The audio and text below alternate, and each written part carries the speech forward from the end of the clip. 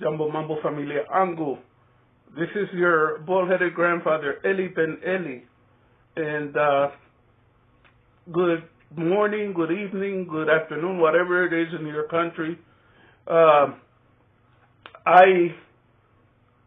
Before I say anything else, please let me ask you, the numbers are getting a lot better, but they're still not there. So if you haven't liked and subscribed to my videos, please do so. Show me some love, and let me show you some love. Ladies and gentlemen, I want to open my video with a heartfelt apology. Yesterday I said something that was untrue, but it wasn't a lie. It was something that I spoke as a mistake. I was talking about Joseph the Mason's father who passed away, but instead I said Fellow's father and mother passed away. I'm very sorry. Fellow is an orphan.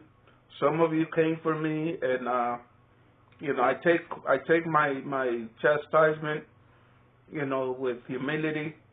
Fellow is an orphan, and I'm kind of like an orphan too, so I have a lot of compassion for orphans. So my apologies to Joseph the Mason, my apology to Fellow the boy, and to all of you. Don't stone me, Anyway,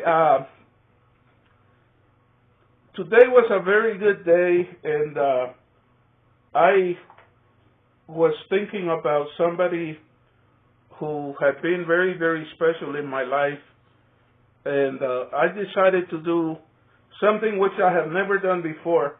I'm going to do a reaction to a song. It's called Flamingo. It's called I Only Have Eyes for You by an American group called the Flamingos. And this group means a great deal to me. This song means a great deal to me because it was a song that my fiancée, may she rest in peace, once sang to me.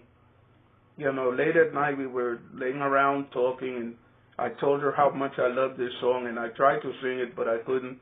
And she sang it for me correctly, and I want to share it with all of you. My brothers and sisters, if you haven't liked and subscribed to my channel, please do so. Please support me by subscribing to the channel, liking the video, sharing the video. And I thought I had the song here, but okay, here we go. I'm going to play it for you, and let me see. I want you to hear it. Let me begin it for the beginning.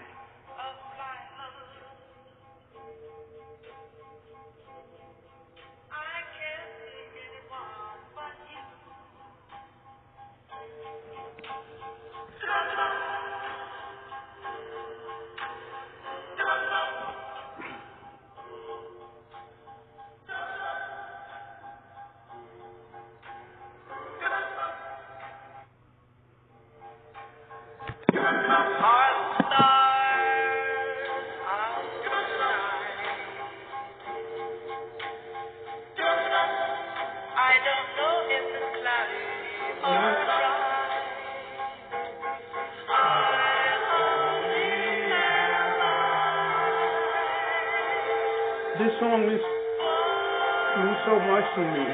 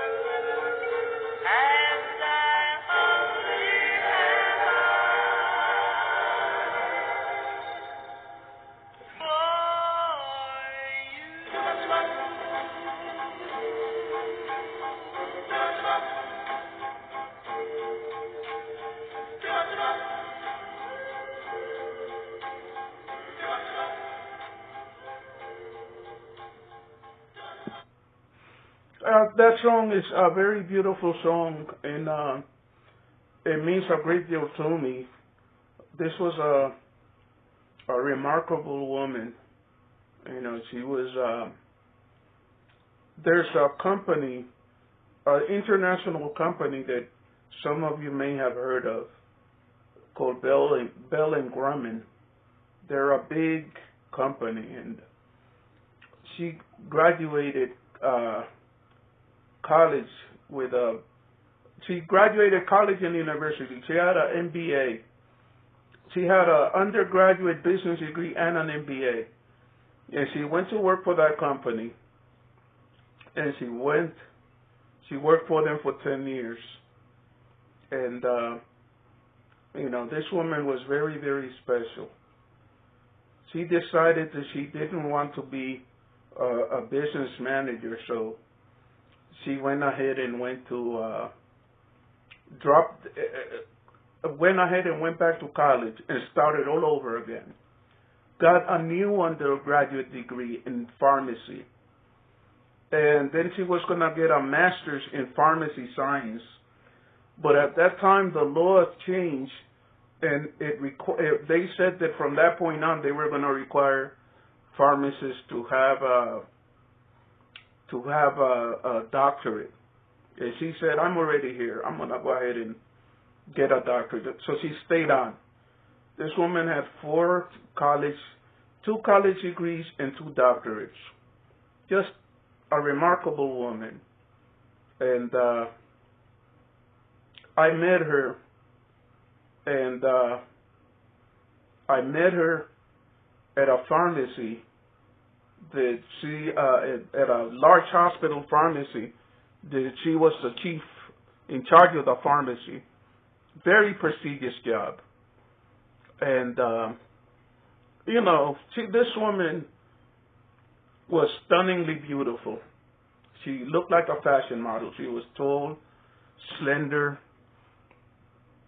She had like gold-colored eyes, you know, beautiful black woman. She had dreadlocks, long brown dreadlocks. And she would always, there's a company called Victoria's Secret. She always dressed in clothes from that company. Very elegant, very expensive. And one day I was at the pharmacy. You know, I was just there picking a medicine. I would occasionally pick a medicine there. And I was growing dreadlocks at that time too. Believe it or not, I had long dreadlocks. And me and her would always talk about dreadlocks. And,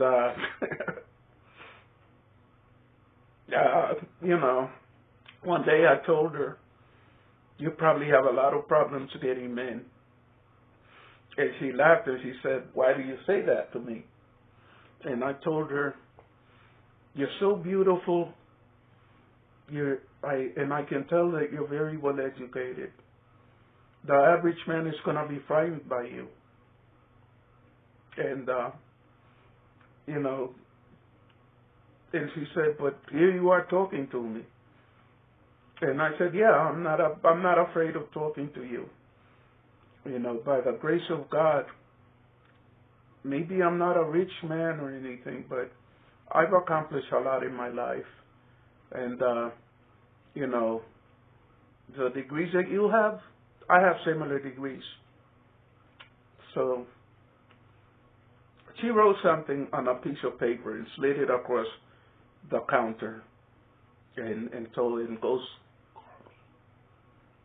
and I called her, and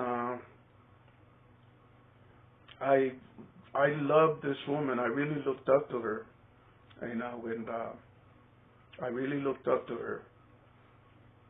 But she suffered from depression. She suffered from depression. And in the end,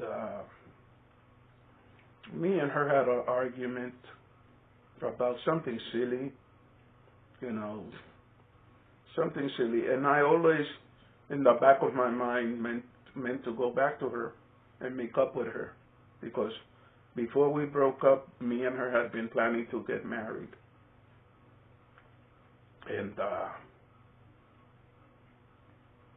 one day I went to the clinic, to the pharmacy where she had worked. At that point, she had transferred to an even more prestigious job. And I went to pick up my medicine. And, me and her had pretty much lived together for 2 years, but we hadn't gotten married. And people at the pharmacy, even though we never said it to anybody, they kind of knew that we were seeing each other. So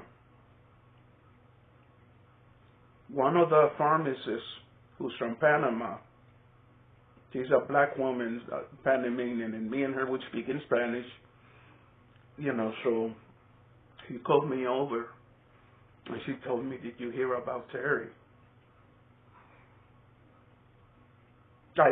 Please disregard the name. She asked me, "Did you hear about this lady who you are friends with?" And I said, "No, what am I supposed to have heard?" And she told me that this woman had died.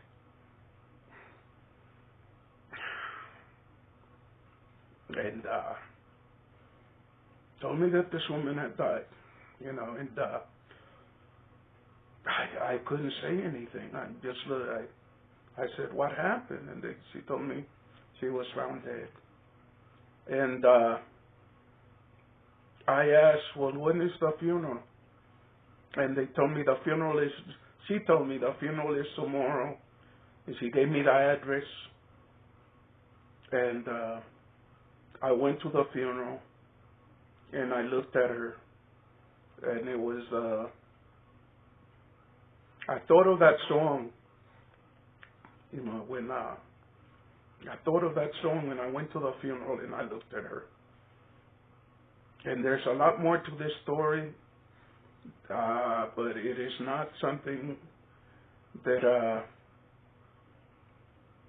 I can talk about it this much, but I can't talk about the rest. Her death changed my life. Her death changed my life. It made me question everything that I believe.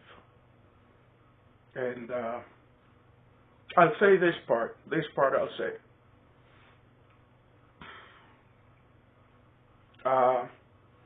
At that time, I was Seventh-day Adventist.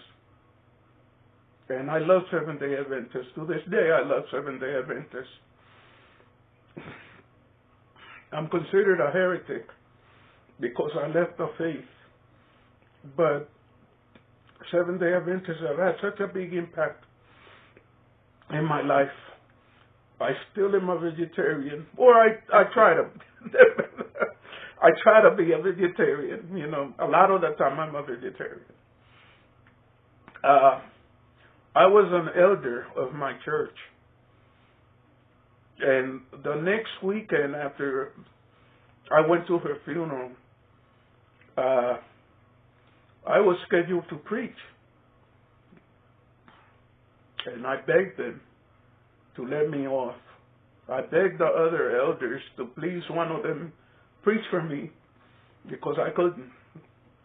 My heart was too broken. And maybe they did me a favor, but they said, no, none of us can do it. You have to preach. You have to preach. And at that time, I was still a Christian, And I prayed and I prayed and I prayed, because nothing. I was in too much pain to preach, and I really couldn't think of a sermon. And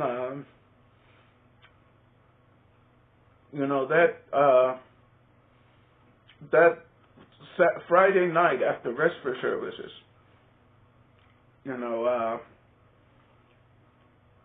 as I was going home, a verse entered my head.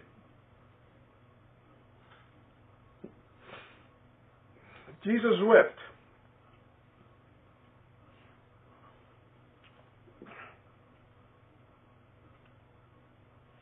And that's the verse I preached on. Jesus wept. And I thought I'd be able to speak for an hour. I thought I'd be able to speak for 10 minutes, and after that I just have to sit down. My heart was so full of pain. And, I asked my God to strengthen me. And I got up and I preached for like an hour and 15 minutes, an hour and 20 minutes. And the thing that surprised me is that when I was through preaching, I wasn't crying. I thought I was going to cry, but I didn't. But by the time I was through preaching about Jesus wept, everyone in the church was crying. And that's the last time I ever preached. After that,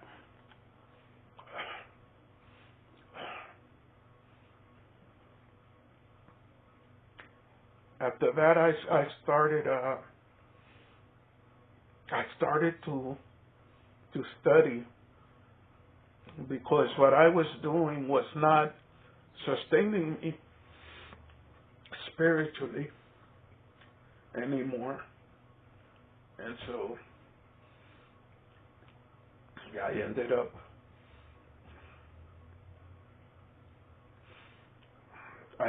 leaving Christianity, and I became a Jew. And after becoming a Jew, I began to also study Islam. And I used to be a lawyer. I compare things, I compare ideas. And I came to the conclusion that Christianity and Islam are not that different, that they're pretty much the same. And so I practice both faiths. And they spiritually sustain me, but I didn't mean to get into all of this. But that song lately, that song has been on my mind so much. And I hear it, and I think of my friend, I don't know why, but if I sat here and told you how many people I know who ended their own lives, who committed suicide, you wouldn't believe how many. It's like, thank God for Judaism, thank God for Islam, because after my lady died, I was so heartbroken. And I didn't want to, I was very heartbroken. I didn't want to continue. But there's a song that goes, I just want you to know, I found a reason for living, and the reason is you. And every time, I don't know whether that's a love song or a song to God, but to me, that's a song to God, Anyway, I have a lot on my mind.